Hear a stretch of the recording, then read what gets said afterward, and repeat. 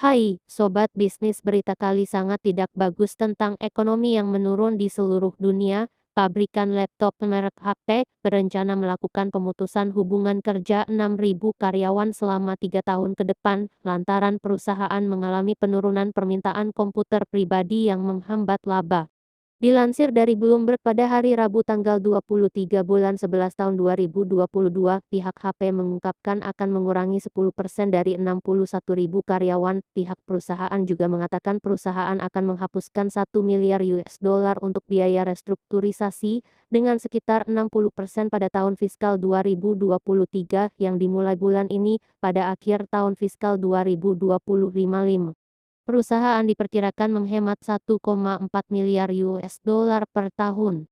Ini adalah pengakuan atas realitas baru dari pasar PC, jelas Wo Jin Ho, seorang analis di Bloomberg Intelligence. Sementara itu, GoPay mencatat laba tidak termasuk beberapa item diperkirakan turun menjadi 3,20 US dollar sampai 3,60 US dollar per saham pada tahun fiskal yang berakhir pada Oktober 2023. Proyeksi tersebut lebih rendah dibandingkan rata-rata proyeksi analis sebesar 3,61 US dollar per saham. Sementara itu, arus kas bebas diperkirakan mencapai sekitar 3,255 miliar US dollar, yang juga jauh dari perkiraan. Chief Executive Officer HP Inc. Henry Flores mengatakan outlook ini juga mengasumsikan penurunan penjualan komputer 10% pada tahun fiskal terkait. Begitu juga perusahaan induk Facebook, Metaverse, akan melakukan pemutusan hubungan kerja terhadap lebih dari 11.000 karyawan atau 13% dari total karyawannya. Per awal November ini perusahaan mempekerjakan 87.000 karyawan. Pemecatan massal itu merupakan yang pertama kali dilakukan sejak 18 tahun perusahaan itu berdiri. Keputusan itu diambil di tengah lonjakan biaya dan pelemahan pasar iklan. Langkah itu juga serupa dengan yang diambil sejumlah perusahaan teknologi raksasa lainnya, termasuk Twitter dan Microsoft. Pemilik Metaverse yang juga salah satu orang terkaya dunia, Mark Zuckerberg, mengatakan pemecatan ini merupakan keputusan tersulit yang pernah ia lakukan dalam sejarah Meta.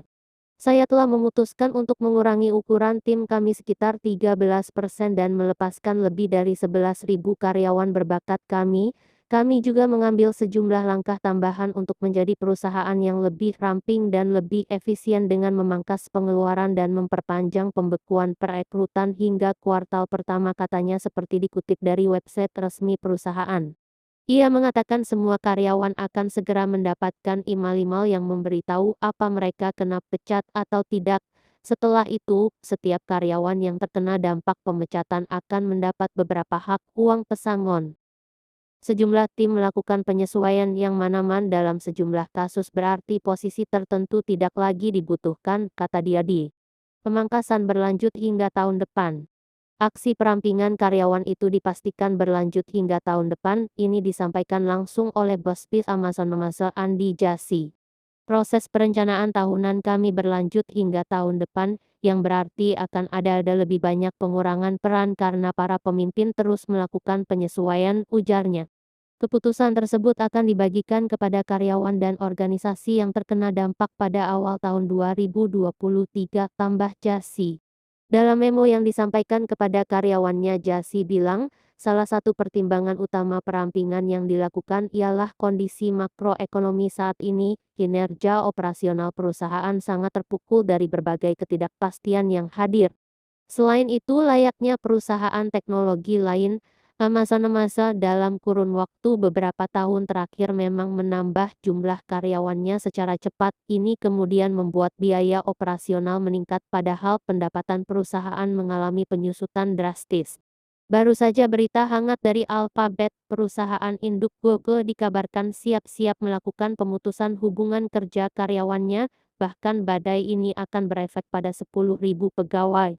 Dari berita hari Selasa tanggal 23 November tahun 2022, pemecatan Google ini terjadi sebagai upaya untuk menghemat pengeluaran. Manajer Google pun telah diminta untuk menganalisis dan menandai para karyawan yang tampil di bawah performa.